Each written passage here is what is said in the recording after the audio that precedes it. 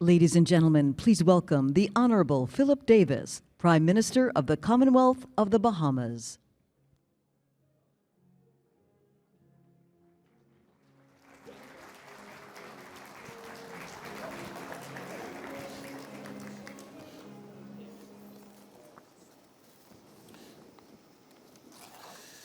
Friends and colleagues, leaders from across sectors, I'm happy to be joining you here at this Concordia Annual Summit. We gather today at a time of unprecedented global challenges, but also at a time ripe with promise. As we grapple with complex issues from trade and technology to healthcare and sustainability, it is becoming increasingly clear that the old ways of thinking, the old ways of doing business are no longer sufficient. Yesterday, I had the honor of addressing Climate Week NYC, where I spoke about the urgent need for concrete action and increased ambition in the face of our accelerating climate crisis. But as I stressed then, words alone are not enough. We need tangible solutions, bold investments, and the courage to break free from the outdated systems and practices that are holding us back. Imagine a world where innovation is sparked, not just by profit, but by a shared purpose, to build a thriving future for all. Picture factories humming, not with all the gears of pollution, but with clean energy technologies of tomorrow. Imagine a global economy where the true value of nature's bounty is understood and protected, where communities prosper through sustainable practices, and where the success of one nation is intertwined with the well-being of all other nations. This is the legacy we must strive to leave behind, not one of exploitation and depletion, but one of restoration and renewal. We need a steadfast commitment to collaboration if we are to forge justice, equity, and sustainability for all. I understand the concerns about the costs of climate change and climate action, the fear that it will disrupt economies and livelihoods. But the reality is that the cost of inaction is far greater. The devastating impacts of climate change are already being felt throughout countries everywhere. Small island developing states like the Bahamas face the brunt of this crisis despite contributing the least to its cause. We as leaders must acknowledge that this is not a burden to be shared, but an opportunity to be seized, to build more resilient infrastructure, to create a cleaner and more efficient energy systems, and to foster innovation that drives economic growth. In the Bahamas, we are not sitting back and waiting.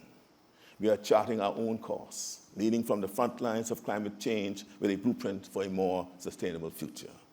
In the Bahamas, we've embarked on a new energy era, which focuses on energy efficiency upgrades, utility-scale solar power in our nation's capital, new hybrid grids in our family of islands and rural communities, and deployment of modern technology. This transition is not simply about reducing our carbon footprint. It is about creating greater job security through green jobs, enhancing skills for Bahamian workers, developing cleaner energy, reliable and resilient electricity supply, and lowering energy bills.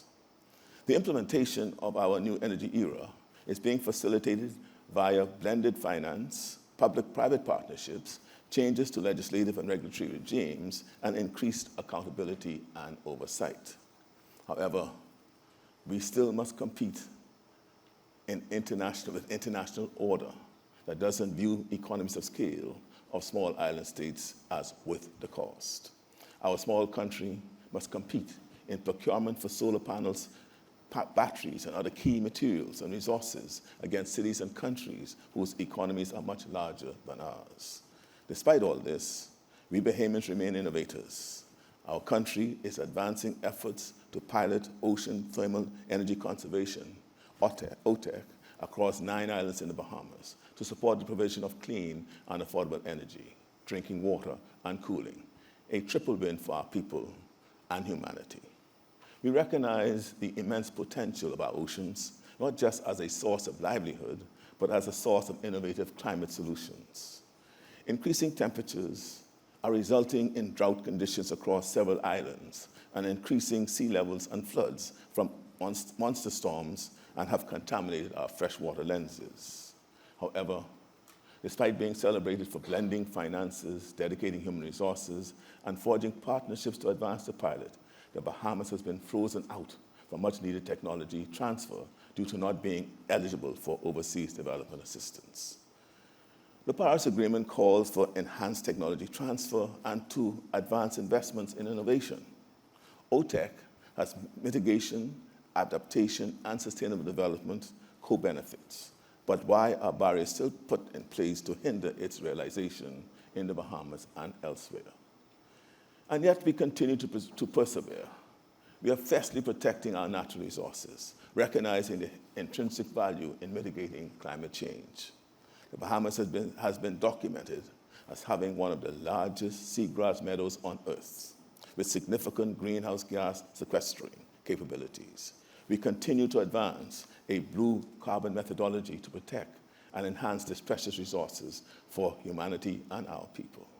The potential of our seagrass meadows is to generate carbon credits, represents a new frontier in our fight against climate change and source of revenue to support our sustainable development goals.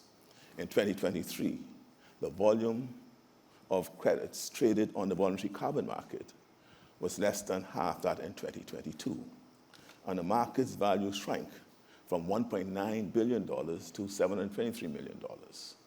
While the global carbon market is currently experiencing a period of adjustment with a decline in trading volume and value, this presents a strategic opportunity for the Bahamas with its seagrass meadows. Our focus remains on meeting the highest standards of verification and integrity with this space, positioning ourselves as a leader in this emerging market. As governments around the world, including the United States, implement stricter emissions regulations and companies face increasing pressures from their shareholders to meet their climate targets, the demand for high-quality carbon credits will undoubtedly grow. We are committed to seizing this opportunity, ensuring that our natural resources are not just protected, but also leveraged to drive sustainable economic growth and contribute to a global solution. We are also developing a coral gene bank to protect vital biodiversity and ecosystems that are important for protecting our planet and improving coastal resilience.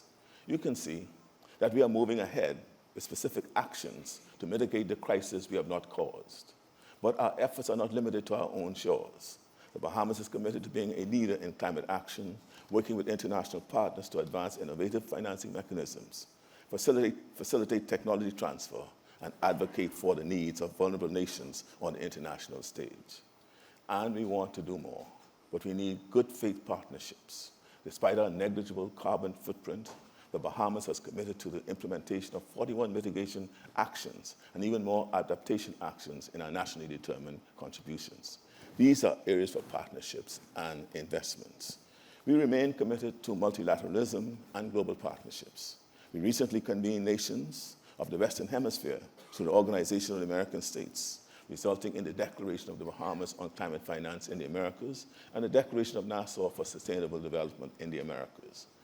These are not just symbolic gestures. These are tangible steps demonstrating that even the smallest nations can drive meaningful change. Let us be clear-eyed about the path ahead. Investing in climate resilience, particularly in nations like mine, which are most vulnerable to the crisis, is not just about altruism. It's about enlightened self-interest. It is a strategic imperative for every nation on this planet. As climate impacts intensify, the costs of inaction will escalate dramatically, leading to increased displacement, resource scarcity, and instability. The influx of climate refugees will not be confined to coastal nations. It will be a global crisis impacting economies, straining resources, and testing social cohesion in every corner of the world. Funding climate adaptation requires a clear understanding of this, our interconnected destiny. By investing in climate adaptation and mitigation measures today, we can avert these crises and create a more secure and prosperous society for all. It demands a coordinated approach where public development finance from governments and multilateral institutions align with private sector investments to unlock trillions needed to drive real change.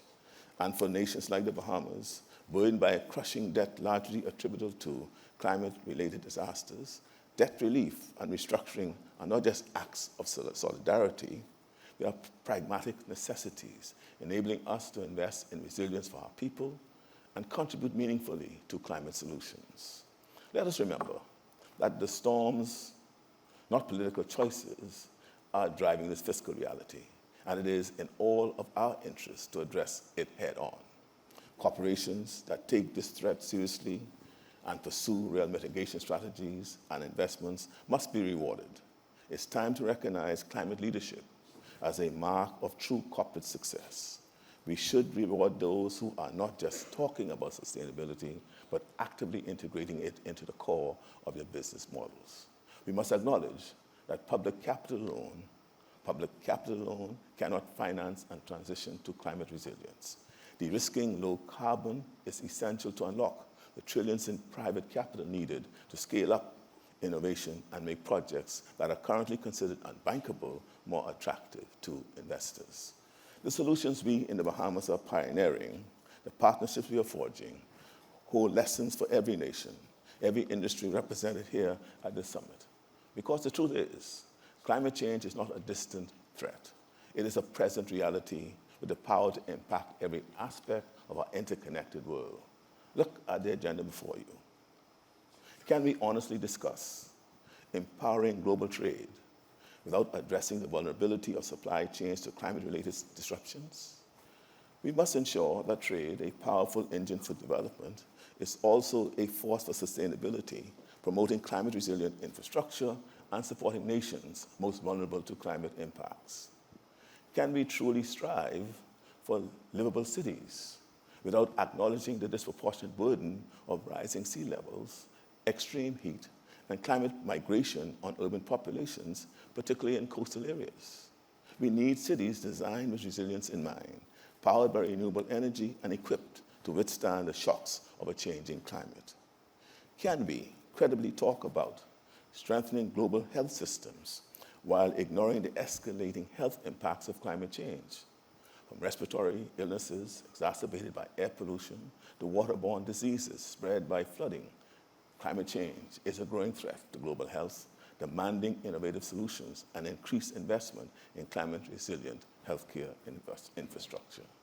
And can we authentically champion technological transformation for sustainable growth without making climate action a core tenet of that transformation? We need technology that not only drives economic development, but also reduces emissions, enhances resilience, and empowers communities affected by climate change. I believe that within the challenges we face lies the potential for transformative change. This summit, with its diverse expertise and global reach, has a unique role to play in turning this potential into a reality. Therefore, I challenge you, the leaders gathered here today, to embrace climate action not as an obstacle, but as an opportunity.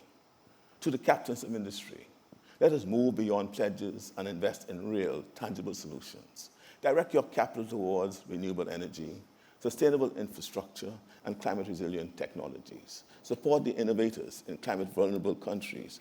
Partner with us to scale up the solutions that are already working. To policymakers, let us enact bold, transformative policies that accelerate the transition to a low-carbon, climate-resilient future, end fossil fuel subsidies, implement carbon pricing mechanisms, invest in nature-based solutions, and ensure that climate action is integrated into every aspect of policymaking. To the innovators, the disruptors, the change makers, let us place climate action at the heart of our technological advancements. Develop affordable, scalable solutions that can be deployed in our vulnerable communities. Foster knowledge sharing and capacity building. The world is watching, and the time for action is now. Let us seize this opportunity, not with apprehension, but with a renewed sense of purpose, a shared commitment to collaboration, and unflappable determination to construct a brighter, more sustainable future for all. Let the legacy of this summit be not one of words, but of deeds, not of pledges, but of partnerships, not of business as usual, but of the bold, transformative action that this moment demands. The Bahamas is ready. We are leading the way. Let us together chart a new course for humanity, one that ensures a healthy planet and an existence where we can all thrive. Thank you.